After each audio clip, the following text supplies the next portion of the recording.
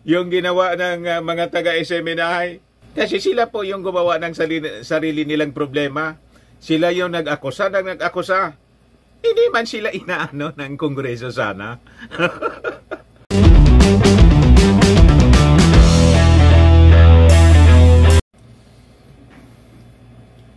Malapit na mga kababayan na permanenteng mag-sign off yung SMNI. Bakit anya Mr. Maravillas? Ito ngayon mga kababayan yung balita. House panel adopts measure to suspend SMNI operations. Suspension man ng anya Mr. Maravillas. May isa pa mga kababayan na balita. Ito ang tutuldok ng lahat mga kababayan. SMNI losing franchise, big possibility, sabi po ni Congressman Johnny Pimentel. Ayan po si Congressman na siyang nag-motion para i-contempt mga kababayan si Ka Eric saka yung kanyang kasama na si Dr. Lorraine Badoy na ngayon nakakulong mga kababayan at malamang magsiselebrate ng Pasko sa detention. Ito yung mga sinasabi natin na ang lahat ng ito, consequences ng kanilang mga masamang gawain. Sila man lang po ang naglubog sa kanilang sarili. At kung magsara po ng tuluyan, bawiin ng Kongreso yung franchise ng SMNI, masasabi nating deserve. You just imagine, Congress po yung nagbibigay sa kanila or nagbigay sa kanila ng franchise. Tapos yung mismong Kongreso, yung sinisirhaan nag-SMNI. Diba, deserve? deserve na niya, Mr. Maravillas. But before ko ibigay sa inyo, mga kababayan, yung full story, click subscribe muna dito sa ating YouTube channel and hit the notification bell para lagi po kayong updated sa mga kaganapan dito sa ating bansa. Like and share na rin po ninyo ang ating video. At wag na rin po ninyo mga kababayan na skip yung ating mga commercial ads para tuloy-tuloy lang ang pag-unlad ng bagong Pilipinas. Sa mga naghanap ng malinis at spacious fitness gym, bumisita lang po kayo sa aming Colossal Fitness Gym.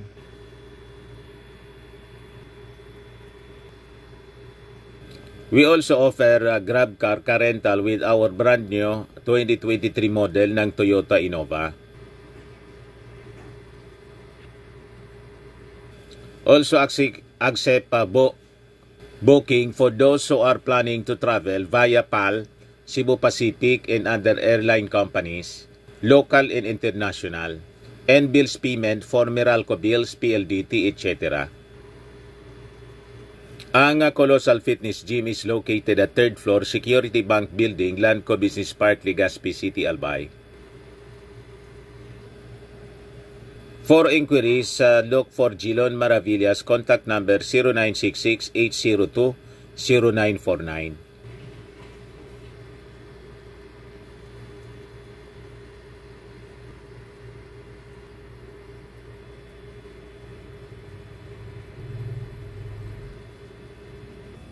Ayos pa. Ayos na niya Mr. Maravillas. So, balik tayo mga kababayan dito sa ating kwento. So, may resolusyon na po mga kababayan na ipinasa seeking to suspend the operations of controversial television network, itong SMNI mga kababayan, at inadapt na po by the House Committee on Legislative Franchises. Yung resolusyon mga kababayan, ito yung final ni House Assistant Majority Leader, puwersa ng Bayaniang Atleta, PBA Party List Representative Margarita Mix Nograles. Ito yung batang-bata pang congresswoman mga kababayan ng Davao, na kababayan ni Maudigs at ni Cabes, na during the hearing, yung masyadong agaw pansin na congresswoman mga kababayan, kasi hindi lang sa napakabata pa, kundi very sharp siya.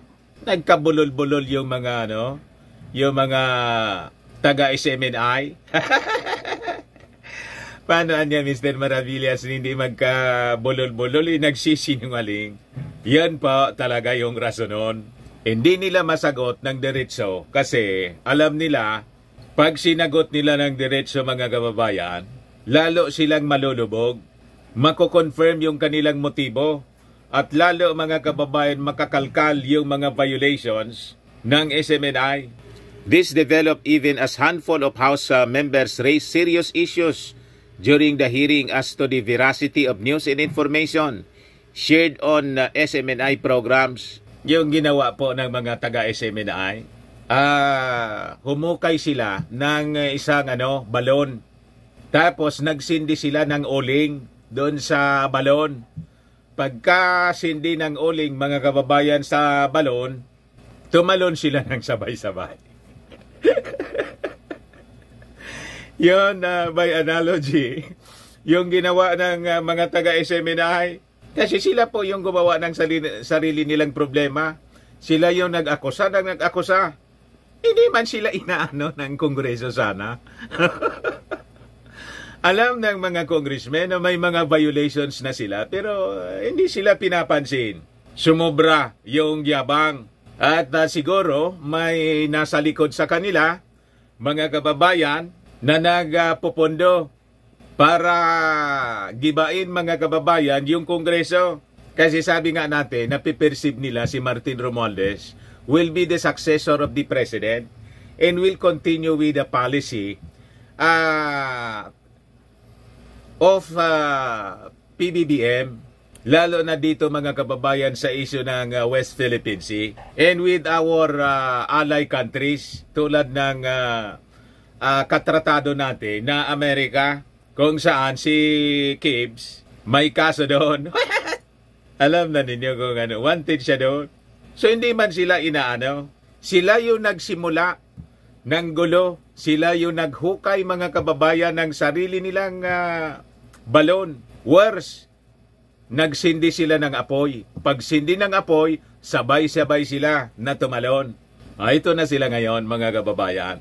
Sabi rito sa balita, several congressmen including Surigao del Norte 2nd District Representative Johnny Pimentel and Quezon City, Quezon 2nd District Representative Danilo J.J. Suarez found possible violations to SMNI's franchise. Citing Section 4 of Republic Act 11422, Nograles said the television network has the responsibility to the public not to use its station or facilities for the dissemination of deliberately false information or willful misrepresentation to the detriment of the public interest. As we have heard in today's or Tuesday's hearing, there are several instances where SMNI peddled fake news against certain public officials. They themselves are not denying these instances, sabi po ni Nograles. Tapos, kaya ang ginawa mga kababayan ni Ka Eric, nang hindi niya masagot yung mga katanungan, nag-alsa boses na lang po.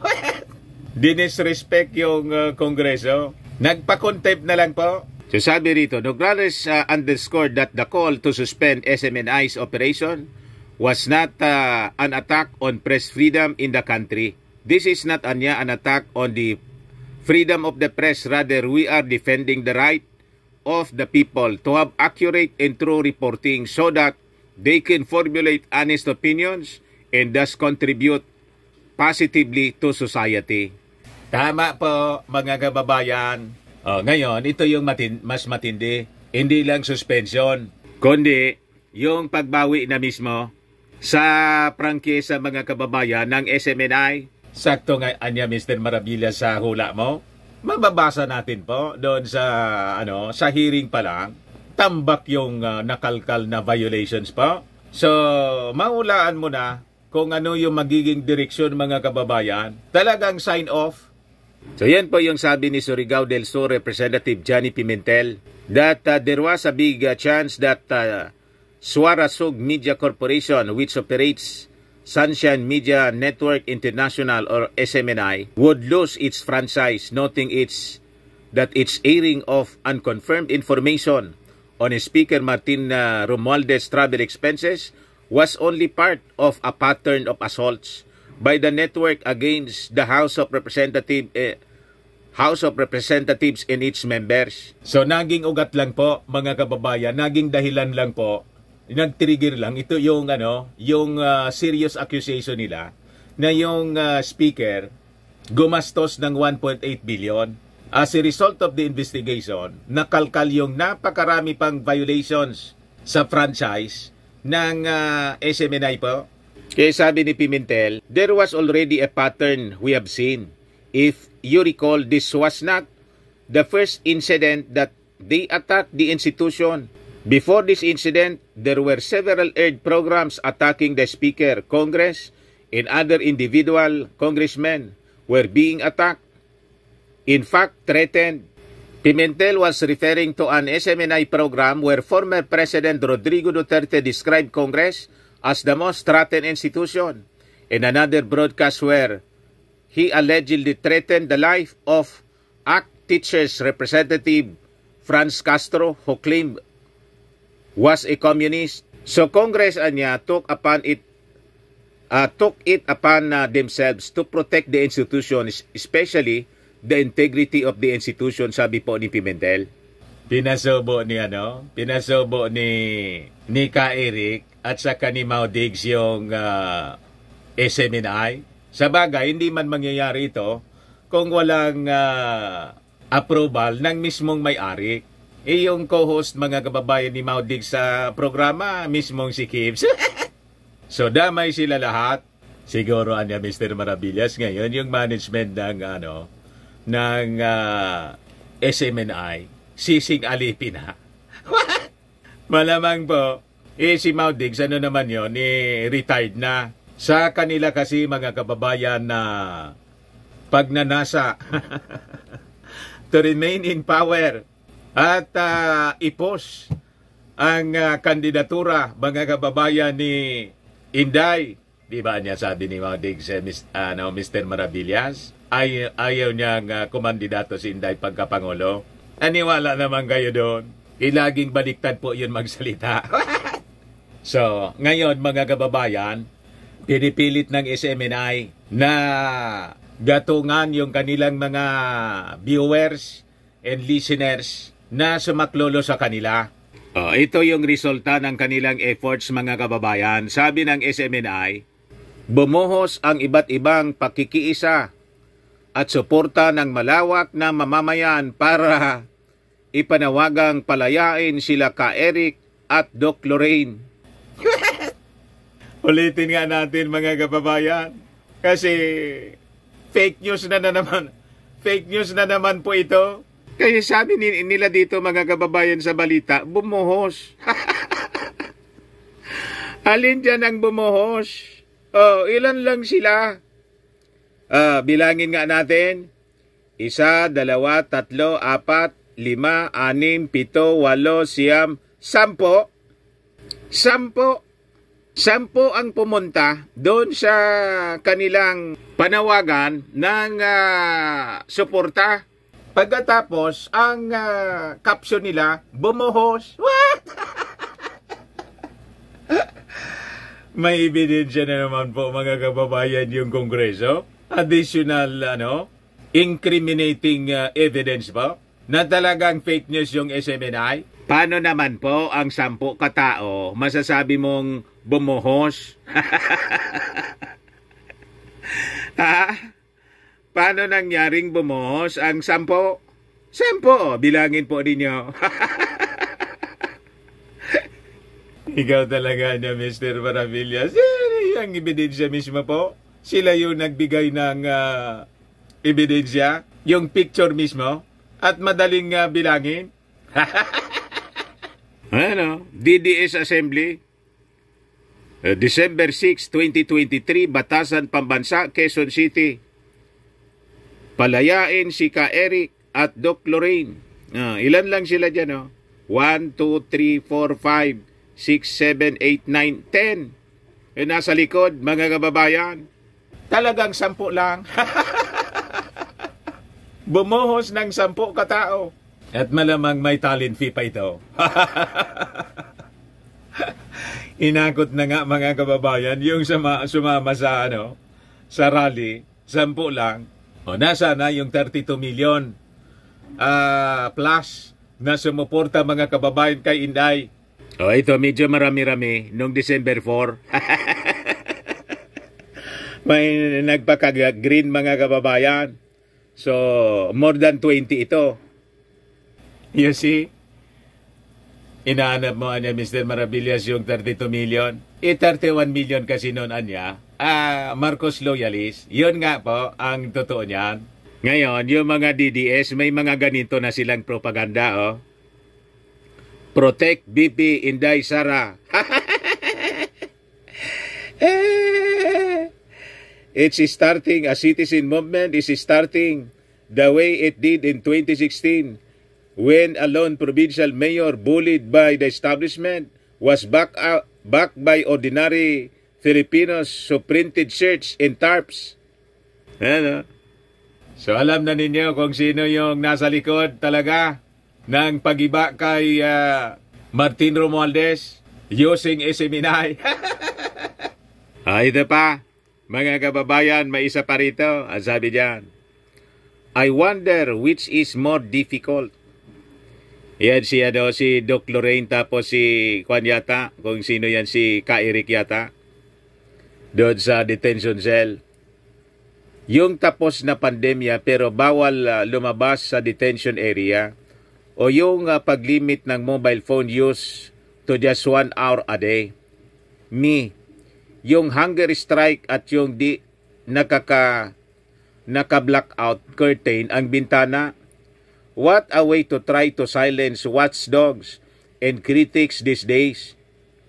Hang in there, Doc Lorraine. Tulad nga ng sabi ni PRRD, naniniwala ako na marami pa rin sa mga kababayan natin ang may prinsipyo. Yan po. So, madaling sabi, sa kanilang pananaw, mga kababayan, ang pagiging peddlers ng fake news ay pagiging may prinsipyo. What? Ang pagsisinungaling, ang pagiging false accuser, mga kababayan, ay pagiging may prinsipyo. Ganun na pala ngayon. But anyway, subaybayan na lang natin, mga kababayan, ang mga susunod na kabanata. O baka lang gusto ninyo po itong itry. Firmax Firming and Lifting Cream, pinapahid po sa mga pulses in affected area. Mainam po sa paninigas ng mga kaso-kasoan. Ito naman po, Automax Radiant Serum. Sa mukha naman yung application. Anti-aging siya po. You will look 10 years younger than your age. Sa mga cancer patients naman po, baka lang gusto ninyo itong itry. Nengsia Red Mix Fruit Drink. Hindi man po siya gamot, food supplement siya. Kaya lang, gawa siya, mga kababayan, sa goji berry. Yung goji berry may anti-cancer properties.